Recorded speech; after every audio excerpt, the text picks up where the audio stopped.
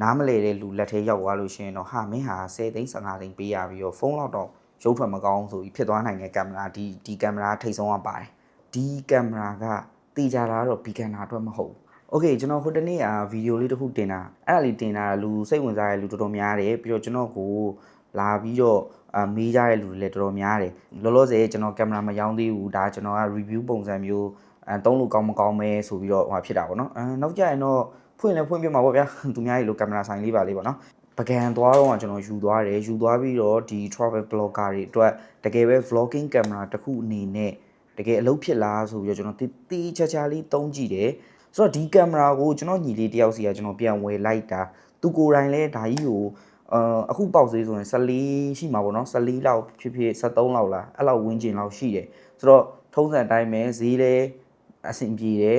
ဘီဂန်နာတွေစကင်လို့ရမယ် compact လေးလည်းဖြစ်တယ် lens နေပါလေလည်းဖြုတ်တက်စရာမလိုဘူး auto တွေရိုက်လို့ရတယ်ဘာညာဆိုပြီးတော့ခလေးကိုရောင်းလွှတ်လိုက်မှာပေါ့ဗျာပြောချင်တာကတော့ကျွန်တော်ညီကတိတ်ပြီးတော့မကင်တတ်တဲ့အတွက်ကြောင့်မလို့သူ့အတွက်ကတိတ်အသုံးမဝင်ဘူးပေါ့နော်ဒါကတော့ကျွန်တော်အရှိမလေးခဏပြောနေတဲ့စကားတွေပါပဲသူဈေးတန်းဝင်းကျင်မှာကျွန်တော်ကြိုက်နေတဲ့အချက်တွေရှိသလိုမကြိုက်တဲ့အချက်တွေလည်းရှိတယ်ထွက်လာတဲ့ result ကိုကြည့်ပြီးတော့ဟာမင်းဟာကြီးကဖုန်းနဲ့ရိုက်တာတော့မလှဘူးဆိုတာမျိုးဖြစ်သွားနိုင်တယ်ဒီကင်မရာကဝယ်ခြင်းတယ်ဆိုလို့ရှိရင်ဗျဥမာထားတော့ဒီကောင်ကိုသူ15သိန်းနဲ့ဝယ်ခဲ့ရတယ်ပဲထားနောက်ထပ်5သိန်းလောက်စိုက်ပြီးတော့ကျွန်တော်တို့ ZV-E10 တို့ပါတော့အဲ့လိုမျိုး vlogging camera ကိုသွားပြီးတော့မှန်းလို့ရနေပြီဒါပေမဲ့ကျွန်တော်တို့ပတ်စံ10သိန်းဆိုတာလည်းမနေဘူးဗျာသိလားအလကားသက်ဖြစ်သွားမှကြောက်လို့တချို့ beginner တွေနေနဲ့အရန်လောဘမကြီးပဲနဲ့ကင်မရာတစ်လုံးကိုအရင်နားလေအောင်လုပ်ပြီးမှဝယ်ပါလို့ကျွန်တော်ပြောချင်တယ်ဒါလည်းခဏပြောနေရသိလားမကြိုက်တဲ့ချက်တွေအရင်ပြောမယ်ပထမဦးဆုံးပိုးဆိုးပတ်စံမကြိုက်တဲ့အချက်ကဒီကောင်ရဲ့ဓာတ်ခဲဘာမှကိုသုံးစားလို့မရတာဒီကောင် 4K 30p ရိုက်လို့ရတယ်ဆိုတော့ 4K နဲ့ရိုက်ကြည့်တယ် heat တက်တယ် heat တက်တာကိုလက်ခံတယ်ဒီ body တေးလေးက 4K မှာ heat တက်နေရဆိုတော့လက်ခံတယ်ဒါပေမဲ့ဒီဓာတ်ခဲက10မိနစ်လောက်နေတော့ကုန်သွားအဲ့နဲ့ okay ငါတော့လို့ 4K နဲ့ရိုက်လို့အဆင်မပြေတော့ဒီတိုင်းဆိုလို့ရှိရင်လူက travel blog ပါဆိုဒီမှာဗျာဟိုဓာတ်ခဲကအလွန်ဆုံးကုမှာပါ3လုံးပေါ့အပူပါလို့ရှိရင်ဆိုတော့ Full HD ပဲပြောင်းရိုက်မယ်ဆိုပြီးတော့ Full HD ပြောင်းရလိုက်တယ်15မိနစ်လာပဲခံတယ်ဆိုတော့အဲ့ဒါဘလို့မှအဆင်မပြေဘူးဒီဓာတ်ခဲကဒါပေမဲ့တခုကောင်းတာလေးကတော့ तू ကအားပြန်သွင်းရင်တော့တော်တော်မြန်ပါတယ်ဒီဓာတ်ခဲလေးတွေကနော်ကျွန်တော်လည်းဒါအခုမှသုံးမှုတာဒီဓာတ်ခဲလေးတွေအဲ့တော့စဉ်းစားစရာရှိတာကကိုကကားလေးပါလေးနဲ့သွားမယ် power bank လေးပါလေးပါတယ်ဆိုလို့ရှိရင်ကားနဲ့ charger လုပ်ရင်လည်းလုပ်ဒါမှမဟုတ် power bank နဲ့ charger လေးပါလေးလုပ်ပြီးတော့အဲ့လိုမျိုးပေါ့နော် okay solo trip တွေတောင်တက်တွေဘာညာတွေဆိုလို့ရှိရင်တော့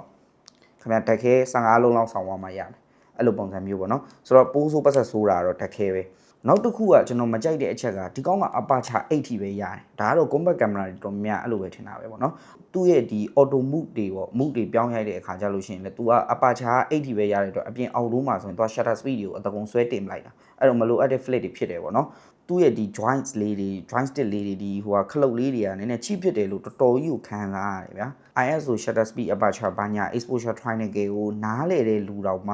ှတိတ်ကြိုက်မဲ့ပုံတော့မပေါ်ဘူးဟိုဓာတ်ပုံကလည်းကောင်းလားဆိုတော့ဓာတ်ပုံကလည်းဒီကောင်က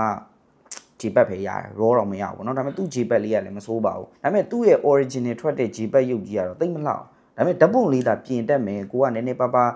ဖုန်းထဲမှာဆိုလို့ရှိရင်လည်းကျွန်တော်တို့Lightroom လေးနဲ့ Photoshop လေးနဲ့ပေါ့နော် PC လေးနဲ့အဲ့လိုပြင်တတ်တယ်ဆိုလို့ရှိရင်တော့ပုံလေးတွေကမစိုးပါဘူး megapixel ကလည်းကျွန်တော်တို့20 megapixel အဲ့ဒါကိုမှ CMOS ဆိုတော့ဒါကြီးတောက်လေးနဲ့တကယ်ကောင်းတဲ့ပုံလေးတွေရမှာပါအဲ့ဒါဆိုရင်တော့ကျွန်တော်တို့သူ့ရဲ့ကောင်းတဲ့အချက်လေးတွေစပြောလို့ရပြီပေါ့နော်ကောင်းတဲ့အချက်ကတော့ဘာလဲဆိုတော့ဒီကောင်က live streaming သမားတွေအတွက်တော်တော်အဆင်ပြေတယ်ဒါတော့မှဓာတ်ခဲကပြဿနာပေးမှာအဲ့တော့ဘယ်လိုလုပ်လို့ရမလဲဆိုလို့ရှိရင်ကျွန်တော်တို့သူ့ရဲ့ဘေးကအပေါက်မှာကျွန်တော်တို့ကType C တစ်ပေါက်ပါမယ်ပြီးလို့ရှိရင် HDMI micro လေးထင်တယ်ဟုတ်တယ် micro လေးတစ်ပေါက်ပါမယ်ပေါ့နော်ဆိုတော့ HDMI နဲ့ကျွန်တော်တို့ live streaming လွှင့်ပြီးတော့ Type C နဲ့တခါတည်းအားသွင်းထားပါတော့အဲ့လိုမှမဟုတ်ဘူးဆိုလို့ရှိရင်လည်းအခုတကယ်လို့အပြင်နေပါတွေရောက်လို့webcam လေးနဲ့သုံးချင်တယ်ဆိုရင်လည်း Type C ကနေပြီးတော့ကျွန်တော်တို့ live streaming နေနဲ့တန်းပြီးလွှင့်လိုက်လို့ရတယ်ဒါလေးတွေကတော့မဆိုးအဲ့ဒါကြတော့ဘယ်လိုပြောမလဲအသုံးတဲတဲ့လူအတွက်ပဲအဆင်ပြေမှာလို့ကျွန်တော်အဲ့ဒါကြောင့်ပြောတာပေါ့နော်နောက်တစ်ခုကကျတော့သူ့ရဲ့ lens ကတော့ဒါကျွန်တော်တို့ဒီမှာတော့သူ size လို့ရေးထားတယ်ပေါ့နော်ပြီးလို့ရှိရင်သူက20mm ကတော့ full frame နဲ့ equivalent သွားဖြစ်မယ်အဲ့ဒါကိုမှ f က2 aperture 2ဖြစ်တဲ့အတွက်ကြောင့်မလို့မစိုးပါဘူးကျွန်တော်တို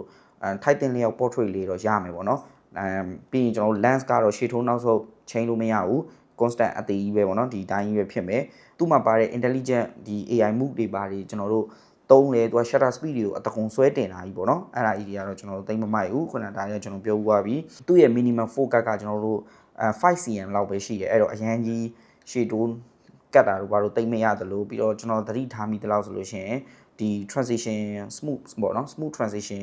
focus ကဟိုဘက်ကနေဒီဘက်ကိုဖြတ်တဲ့ဟာမျိုးဆိုရင်အရန်ကြီး smooth မဖြစ်ဘူးပေါ့နောက်တစ်ခုကတော့သူ 4K ကိုကျွန်တော်30နဲ့ရိုက်လို့ရမယ် Full HD ဆိုလို့ရှိရင်တော့ကျွန်တော်တို့120 fps နဲ့ slow motion ရိုက်လို့ရမယ်ပေါ့နော်ပြီးတော့သူကဒီ SNG မှုတွေပါတယ်လည်းပါတယ်သူ့မှာတော့ move lane နှစ်ခုပါတယ်တစ်ခုကကျတော့ဒီ background ဒီ focus button လေးပေါ့နော်ဒီဘက်ထိပ်လေးရဟာလေးအဲ့ဒါလေးရယ်ပြီးရင်နောက်တစ်ခုကကျတော့ကျွန်တော်တို့ product showcase move ပေါ့နော်အဲ့ဒါတွေကတော့ကျွန်တော်သုံးကြည့်တဲ့လောက်ကတော့ဘာမှတော့တိတ်ပြီးတော့ရေရာကြီးကောင်းမနေပါဘူးထုံးစံတိုင်းပဲဒီ ZB ရဲ့ vlogging series တွေဆိုလို့ရှိရင်ကျွန်တော်တို့မျက်နှာမှာနည်းနည်း smooth လုပ်လို့ရတဲ့ဟာလေးတွေပါတယ်ပေါ့နော်အဲ့ဒါလေးတွေလည်းဒီမှာကျွန်တော်ရိုက်ပြထားပေးတယ်ကျွန်တော်ကတော့ mid လောက်ပဲကြိုက်တယ်အရင် high ဆိုရင်မျက်နှာကြီးကသူ့ဟာကြီးကမလှအောင်ဖုန်းတွေလို့လှအောင်လုပ်ပေးတာမဟုတ်ဘူးလေเนาะအဲ့တော့တကယ်လို့ထားခြင်းเนาะ mid လောက်ပဲထားပြီးတော့ဒီမျက်နှာ smooth လုပ်တာလေးကိုထားပြီးတော့ရိုက်ပေါ့နော်ပြီးတော့ vlogging camera ဖြစ်တဲ့အတွက်ဒါ screen ကတော့ကျွန်တော်တို့ flip လို့ရမယ်ပေါ့နော်ပြီးမှသူကဒီမှာ touch screen လေးနဲ့ခုနကျွန်တော်ပြောသလိုပဲဒီ button တွေကတခုခုဖြစ်လာတယ်ဆိုရင်တော့မှကျွန်တော်တို့ touch လေးနဲ့ကျွန်တော်တို့လုပ်လို့ရမယ်သူ touch လေးကလည်းမဆိုးပါဘူးဟို LCD လေးဆိုပေမဲ့တော်တော်ကောင်းပါတယ်ဟိုနှိပ်ရတာအရင်ကြီးဟိုဘက်ထောက်သွားသလိုမရှိဘူးပြီးတော့ကျွန်တော်သတိထားမိတာသူ့ရဲ့ဒီ system menu တွေကလည်းကျွန်တော်တို့ဟို74တို့အခုနောက်ပိုင်းထွက်တဲ့ Sony ရဲ့ menu တွေလို့ပေါ့နော်အရင်6400တို့လို့ setting ကြီးကအရင်ရှုပ်ချက်ခတ်မနေဘူးဒါလေးတွေကတော့မဆိုးဘူးဗျာပြီးတော့နောက်တစ်ခုကကျတော့ကျွန်တော်ကတော့ဒီ camera ကိုကျွန်တော် live streaming သမားတွေကိုတော့ recommend ပေးလို့တော့ရတယ်အဲ့ဒါတော့မှအားနည်းချက်တစ်ခုကျွန်တော်ဒီနေ့တွေ့လိုက်တယ်ဘာလဲဆိုတော့သူ့မှာကဗျာကျွန်တော်ခုနကပြောခဲ့သလိုပဲကျွန်တော်တို့က Type C ပါတယ် HDMI ကြိုးပါတယ်အဲ့နှစ်ခုနဲ့ကျွန်တော်တို့က live streaming လွှင့်နေဆိုလို့ရှိရင်ဒီပုံမှာကျွန်တော်တို့ကနက်ချက်ပေါက် 3.5mm လေးပါတယ်ဒါပေမဲ့သူက jet ပေါက်တော့မပါဘူးဆိုလိုတာကဒီမှာheadphone jack မပါတဲ့အတွက်နားထောင်လို့တော့မရဘူးအဲ့အားနည်းချက်တော့ရှိရယ်ဒါပေမဲ့ဒီဈေးတန်းလေးမှာထားလိုက်အောင်6400မှာလည်းမပါဘူးဆိုတော့ကျွန်တော်ခွင့်လုပ်ပေးလို့ရသေးရဲ့ဒါပေမဲ့ကျွန်တော်တို့က vlogging ရိုက်မယ်ဆိုရင်ဒီလိုထောင်ရိုက်ကြတာနည်းနည်းနဲတယ်လေအဲ့တော့ဒီလိုမျိုးထောင်ရိုက်တာများတယ်ဒါ TikTok vlog ရိုက်တော့မယ်ဆိုလို့ရှိရင်ပေါ့နော်အဲ့ခါကျရင် तू ကဘာကြီးခက်ခဲသွားတွေ့လဲဆိုလို့ရှိရင်သူ့ရဲ့ jack ကဒီဘက်မှာထားတဲ့အတွက်ကြောင့်မို့လို့ဒီကနေပြီးတော့ mic ထိုးလိုက်မယ်ဗျာ mic ထိုးတိုင်းအဲ့ဒါဒီမှာပုံမှန်ဆိုရင်ကျွန်တော်တို့ကဒီလိုလေးထောင်လိုက်လို့ရတယ်ဒါပေမဲ့အဲ့လိုထောင်လို့မရတဲ့အတွက်ကြောင့်မို့လို့ဘယ်လိုလုပ်ရလဲဆိုလို့ရှိရင်အောက်ကနေတခုခုလေးခံထားရတယ်ပေါ့နော်ဆိုလိုတဲ့သဘောတရားသူကဒီ Sony ကထုတ်တဲ့ဒီဟိုဟာလေးရှိမယ်နဲ့ stand လေးရှိမယ်ထင်တယ်အဲ့လို stand လေးတွေနဲ့တွဲသုံးရင်သုံးဒါမှမဟုတ်ကျွန်တော်တို့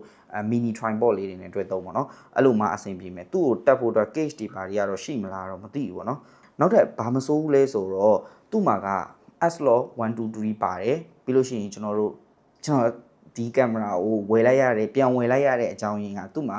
ဒီ HLG 23နှစ်ခုလုံးပါတယ်ဒါကကြတော့ကျွန်တော်က content creator တွေအတွက်ဒါ Aero ပေါ့ Aero ဆိုတာဒီလို lighting လေးနဲ့အခုလိုမျိုး pocket ပုံစံ review ပုံစံလေးရိုက်လို့ရမရကျွန်တော်စမ်းပြပေးထားတာဆိုတော့ကျွန်တော်ဒီမှာ mic mini လေးတက်ပေးထားတယ် DJI mic mini လေးနဲ့ပေါ့နော်အဲ့တော့ဒီမှာဆိုလို့ရှိရင်ဒါ profile picture တွေကိုလုံးဝ off ပြီးတော့ရိုက်ထားတယ်ပြီးလို့ရှိရင်ကျွန်တော်တို့ကခုနကျွန်တော်ပြောတဲ့ soft skin ပေါ့နော်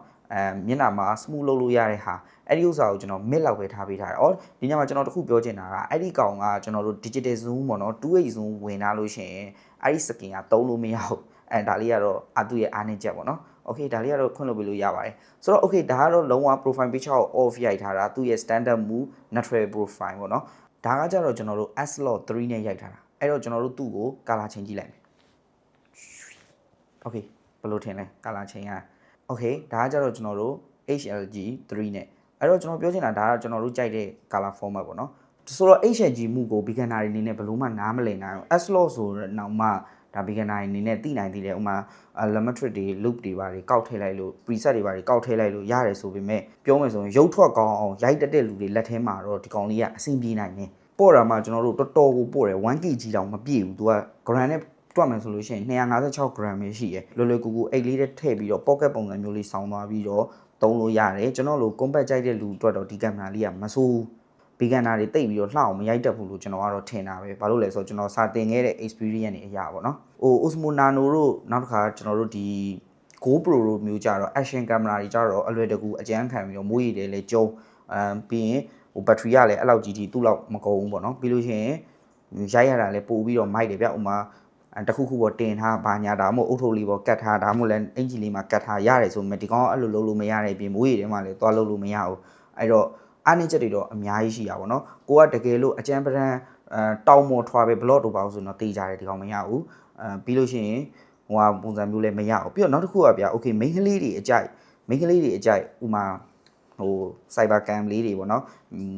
flash လေးတွေနဲ့ပေါက်ပြီးတော့ဓာတ်ပုံရိုက်အဲ့လိုမျိုးမိန်းကလေးအကြိုက် ကင်မရာလေးမဟုတ်ဘူးတေးကြတယ်ကျွန်တော်သိတယ်20mm ကြက်တယ်လို့ခံစားရတယ်ဗျာကျွန်တော်တို့ပုံမှန်တိုင်းဒီလို vlogging ကကျွန်တော်ထင်တာက16တို့14တို့လောက်မှအဆင်ပြေမယ်ထင်တယ်စာကကြတော့ auto မှုကိုစမ်းတာပါဗောနော်အတန်လဲဘာမှမထည့်ထားဘူးပြောမယ်ဆိုရင် body ကနေပဲအတန်ဖမ်းတာဗျာ travel blogger တွေအတွက်ပေါ့နော်ကျွန်တော်ပြောတာနည်းနည်းလေးတော့white ဖို့တော့လိုမယ်ထင်တာပဲဒါ auto မှုဆိုတဲ့အတွက်ဒါ shutter speed တွေ ISO တွေကသူကသူသွားနေမှာပေါ့နော်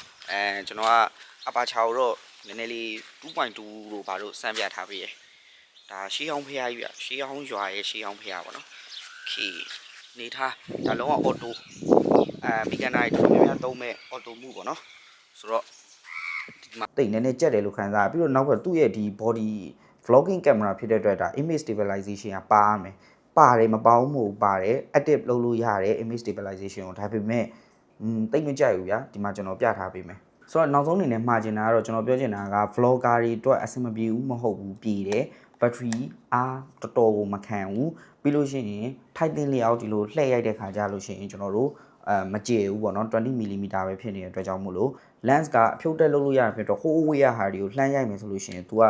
20mm ဟိုမှဗျာကျွန်တော်တို့က 2h လောက်ပဲထပ်ဆွဲလို့ရမှာဆိုတော့အရန်ကြီးမရဘူးပေါ့နော်YouTuber တွေပေါ့နော်ပြီးတော့ live streaming လွှင့်တဲ့လူတွေပြီးလို့ရှိရင်အဲ့လိုမျိုးtravel blog ကိုမှအဲ့လိုနည်းနည်း luxury ဖြစ်သွားတတ်တဲ့